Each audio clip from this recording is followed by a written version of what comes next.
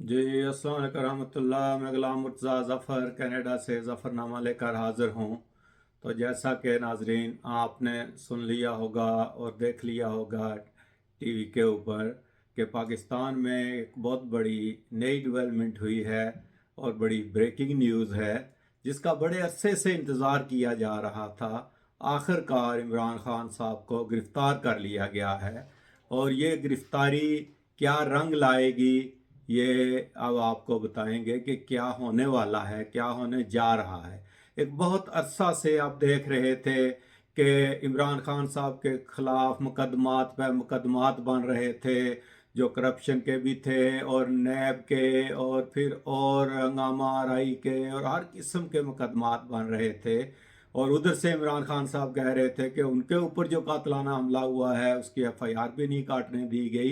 यानी इशारा इस तरफ था कि कुछ ताकतें बहुत ही ताकतवर हैं और जिनके इशारे पे ये सारा कुछ हो रहा है। फिर उन्होंने कल परसों नाम भी ले लिया हाजिर सर्विस जो है ना आर्मी ऑफिसर्स का, जिसकी वजह से ये टेंशन और बढ़ते ही बढ़ते चली गई। और अब जब डायरेक्ट नाम लेने चले, अब एक्स आर्मी ऑफिसर्स के या चीफ ऑफ आर्मी स्टाफ का नाम लें या किसी एक्स चीफ जस्टिस का नाम लें, अब तो हाजिर सर्विस वालों के नाम भी लेने शुरू हो गए थे, जो लगता था कि अब खतरा की घंटी बजना शुरू हो गई है। और आखिर वही हुआ।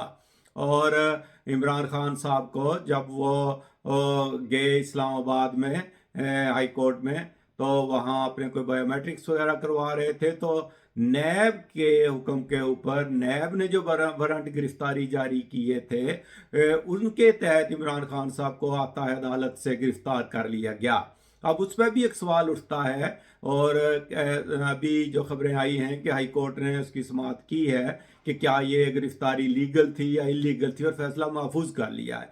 अब फैसला महफूज भी पता नहीं कब तक रहता है, मगर उतनी देर में जिन्होंने उनको गिरफ्तार किया है वो अपना काम निकाल लेंगे। हो सकता है कि उनकी रिहाई भी हो जाए, मगर जिस मकसद के लिए उन्होंने गिरफ्तार किया है हो सकता है कि वो उतनी देर उनको वहां रख ही लें किसी न किसी हीले बहाने से।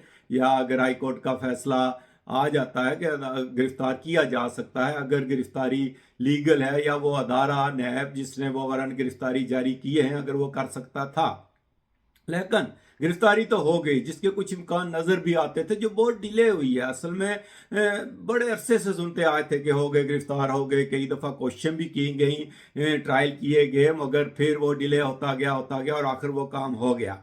उसके बाद हंगामे भी शुरू हो गए हैं। और जो सबसे बड़ी खतरे की घंटी है वो ये है कि बलवाइयों ने हंगामा आरा जो लोग थे उन्होंने आर्मी की इंस्टॉलेशंस के ऊपर और ख़ासकर कोर कमांडर लाहौर की जो रिहाइशगाह है वहाँ पर तोड़ फोड़ की है, वहाँ अंदर दाखिल हुए हैं और बहुत सारी जगहों के ऊपर जो है वो तसादम वो होना शुरू हो गए हैं। जो अगर तो आम सड़कों के ऊपर जिस तरह की पाकिस्तान की एक रवायत चलती आ रही है, जब भी कोई बड़ा लीडर गिरफ्तार होता है तो उसके बाद हंगामा आराई वगैरह होती है, तोड़ फोड़ होती है, अमलाक को नुकसान पहुंचाया जाता है। होना नहीं चाहिए मगर ये होता रहा है।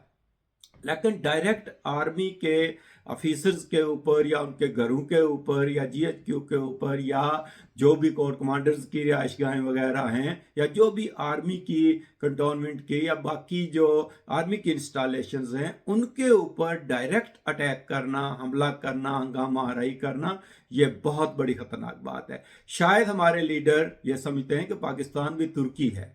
पाकिस्तान तुर्की नहीं है। आपको माजी से सबक सीखना चाहिए। क्या हुआ भुट्टो साहब के साथ? भुट्टो साहब से ज्यादा ताकतवर इमरान खान नहीं है। भुट्टो साहब जितने ताकतवर थे, भुट्टो साहब के जितने फिदाई थे, इतने इमरान खान के नहीं है। जब भुट्टो साहब को फांसी दी गई, भुट्टो साहब को गिरफ्तार किया गया, कितने लोग थे जो जिंदा जल गए, जो कि इस्लाम में हराम है, होना नहीं चाहिए, मगर ये अकीदत थी भुट्टो साहब के साथ जो है ना वो लोगों की, तो लोगों ने आगे लगा ली थी अपने आप को। मगर फिर भी वो जो ताकत वाले थे वो उन्होंने जो कुछ करना था वो कर ही दिया। जो मर्जी आप कर ले। पाकिस्तान की तारीख बड़ी अजीब तारीख है, सबक सीखना चाहिए। अगर मुजीबुर रहमान जो अक्सरियत लेकर आया था उसको किसी ने इक़्तिदार नहीं दिया। क्यों? कि ये बड़ी अजीब खेल पाकिस्तान में चलता रहा, इसी वजह से ये मुल्क टूटा था। और अब फिर उसी तरफ जाया जा रहा है कि फिर शायद हम उसी नहज पर पहुंच जाएं जहां ये आइन टूटे या ये मुल्क टूटे। एक चीज ने तो लगता है कि ऐसा होना है। क्यों? अब जिस आइन का आप रोज रोना रोते हो कि ये आइन बड़ी मुकद्दस चीज है, वो जब ताकत वाले आते हैं तो पहले भी एक ने कहा था कि ये 17 सफ़े की किताब है, ये मेरे जूतों के नीचे पड़ी हुई है। क्या कर लिया था किसी ने उनका? जो आइन को तोड़ना चाहते हैं वो तोड़ लेते हैं, और यही अदालतें उनको फिर सेफ रास्ता देती हैं और देंगी, अब भी देंगी। अगर कल ये फिर दोबारा वो काम हो गया जो पहले होता था, तो ये जिन अदालतों के आप नारे मार रहे हो ना, यही अदालतें उनको कहेंगी कि वो हक बजानब थे, बिल्कुल जी ठीक किया, नजरिया जरूरत आ जाएगा और ये सारा कुछ हो जाएगा। इसलिए सियासतदान जब तक अकल नहीं करेंगे, जब तक सर जोड़कर बैठेंगे नहीं और खेलो और खेलने दो की पॉलिसी, जियो और जीने दो की पॉलिसी नहीं अपनाएंगे, उस वक्त तक ये सब कुछ होता रहेगा। मगर देखना यह है नाजरीन कि अब जो सूरत हाल पैदा हुई है ये कहाँ तक एस्केलेट करेगी। क्या ये वही वो कौमी इत्तेहाद वाला भुट्टो साहब वाला खेल खेला जा रहा है या कुछ और होगा?